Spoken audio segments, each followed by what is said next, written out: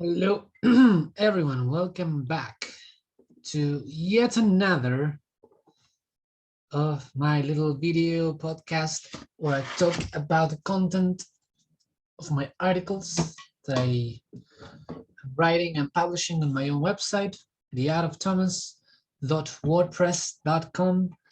Thomas with no H, because it's the Spanish version, since I was born in Argentina. So, okay, today the title of the article is called Personal Sovereignty, My New Quest. And well, first, I need to start by admitting that today my sovereignty has failed, as I am about to do in half an hour, something that I didn't want to do. And unfortunately, the circumstances around me have conspired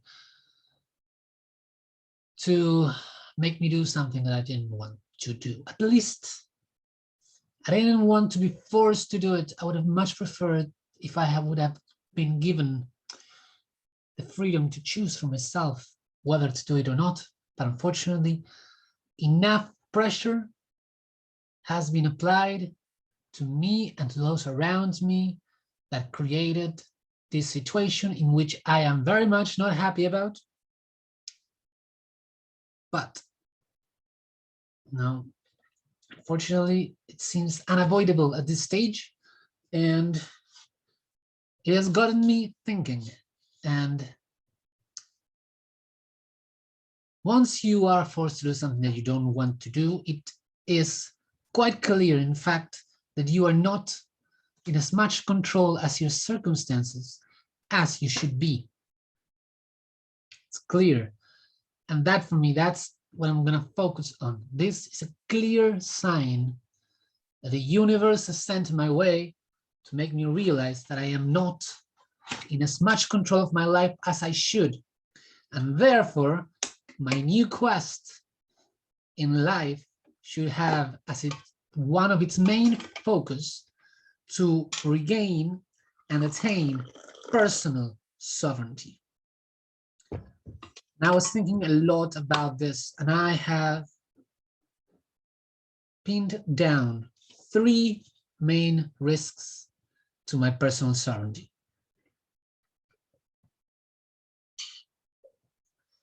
Now, of course, knowing those 3 things is the first step. The next step is how to overcome them, and that is it's a lot harder than just realizing the obstacles. But anyway, the first step is to actually know what the problems are.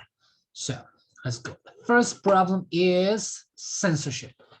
Okay, so a large part of what I am doing today and what I want to continue to do is to continue to put my thoughts out there in the form of articles, videos, and podcasts. I want to continue to do that also with my art. I need to express myself and to put my voice out there so that hopefully it's a way for me to attract and interact with people that are either like-minded or even people that think differently, but are willing to have a conversation and we can learn from each other. I think that is quite essential for me. And unfortunately, I've been seeing too much censorship, especially in the big tech media landscape, like Facebook, Instagram, Twitter, YouTube. All that stuff it seems like it's ramping up. I'm starting to look at the world and try to identify the patterns. When I see something happen a couple times, I'm like, oh, that's a pattern. And it's a pattern that is either going to increase or going to decrease. In my opinion, censorship is going to keep on increasing. It seems like the companies they have the market, they have it a little bit cornered. and it seems that they don't have enough pushback. So that's a problem, and it's something that if I want to be able to speak freely, I need to take into consideration. The other day, I was doing a podcast with a guest, and I asked him a question, and he said to me, "Well, I'd rather not answer. For if I do, I'm afraid YouTube is going to pull the podcast down." And that got me thinking. I was like, "Wow, that's self-censorship. It's happening everywhere." So that's a problem. So my solution to that for now is to start looking into alternative social media sites in order to push my content. And yeah, because I don't want to sacrifice, I don't want to be thinking of what can I say and what I can't say. Unfortunately, I'm one of those people that, I used to study philosophy. I just like asking questions and, having the tough conversations. And sometimes I just entertain thoughts in my head in order to understand them. And some people just don't like that, which is quite unfortunate, I believe. So yes, so far the alternative social media that I'm looking at are Minds. I think is one of the best. I don't get a lot of reach there, which is bad. I can't figure out how to make it work for me. But it's one of the best in the terms that one of their core beliefs is just this, is to fight against censorship. Then I'm doing my articles on Publish 0x. That's been where I got most of my engagement so far. I'll continue to use that one. I'm using Odyssey and Rumble for my videos, an alternative to YouTube. And I am on a social media called Torum, which is quite interesting as it's the one that it seems to be adopting a lot of the latest technology especially when it comes to crypto and NFT, which is great. I don't know what their stance is in terms of censorship. I have not experienced or seen any act of censorship in the platform, which makes me extremely happy, but we shall see. I'm also going to keep an eye on any newcomer into the space to see if they provide a better alternative. But anyway, yes, that's one main problem is censorship.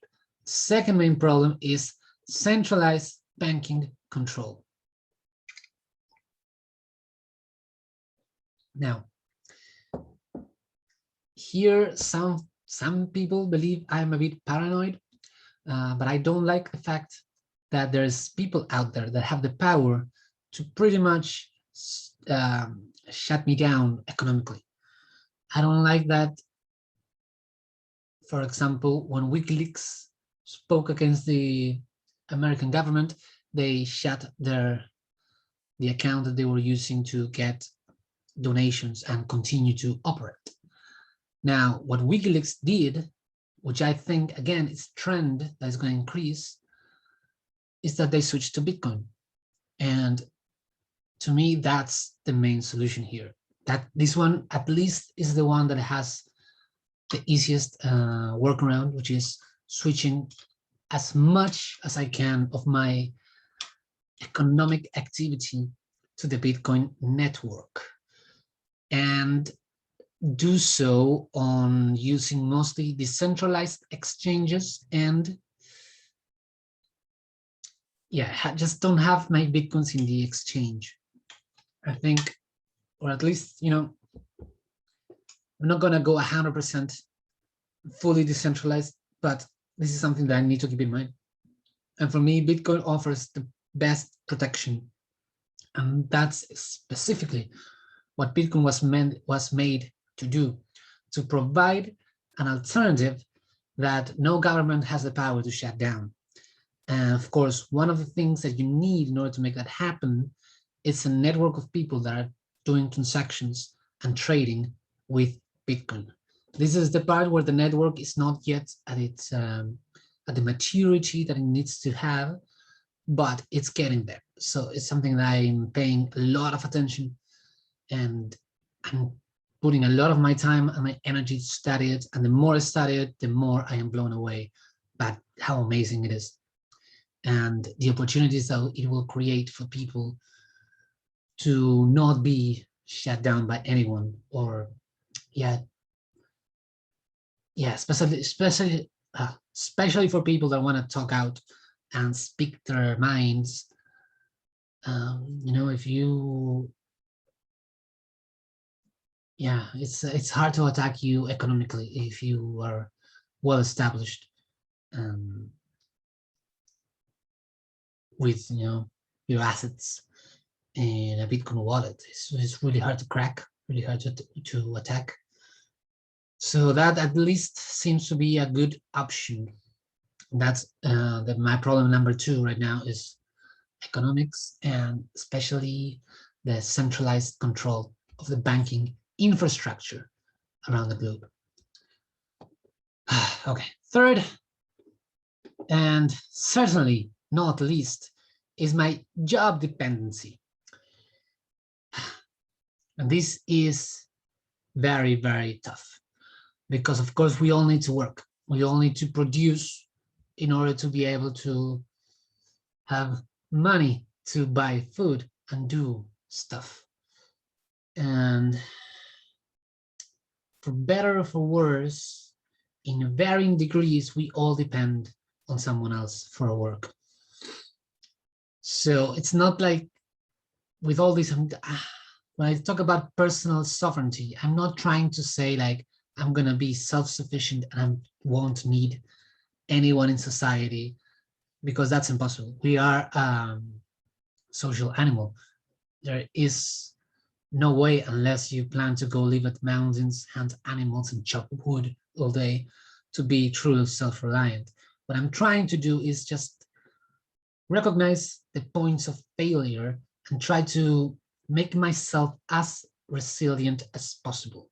So yes, most likely than not, I will continue to depend on people for work. It's not much I can do about it right now, but at least I can understand that's a point of failure and trying to lean over time slowly to places where they're going to make me less dependent and more resilient. So what I was talking about in the article, of course, the easiest way to become more resilient would be to find work that I can do from my home. That's a no-brainer. If we ever go into lockdowns again, I will be able to continue to work. If you have your own business online, then that's even more resilient, because you can always just pack up your bags and leave if the government in your country gets too crazy, which in some countries it's happening. But I'm also thinking like making your own online business, it sounds great. It's very difficult to do. It requires a lot of time, a lot of energy, both of which I am getting less and less every day. So it's a challenge. It's not something I can just go and do right now. With these blogs, with these videos, I'm not intending to make it into a full-time business. I don't even intend to make any money from it, because I like that I can just write whatever I want to write and say whatever I want to say and be true to myself and honest. And I don't have to be like, oh, but if I talk about that, I'm going to get more money. Or, once you start turning it into an economic structure, then the incentives start pulling in different directions. And I want to keep this as pure as possible. So I don't want to think about money with this thing that I'm doing. I just want to let it happen and try to make money somewhere else to keep this as a pure space. And my idea is to use this just as a way to hopefully add a voice to the conversation, but also to interact with people that are thinking the same things. And hopefully people that will tell me when I'm wrong, and they will point me to the right resources. And who knows, maybe even find people where I can build something together. That would be incredible as well. But yes, that's another thing that I need to keep in mind. Job dependency, it's a big factor. It's a very, very big factor. And so we have these three things: censorship, bank control, and job dependency. Those are my three main problems right now. If I would rank them, I would say censorship is a really low problem for me at the moment, but it's something that I want to keep in mind if I continue to be as open as I am. The main one is, of course, the job.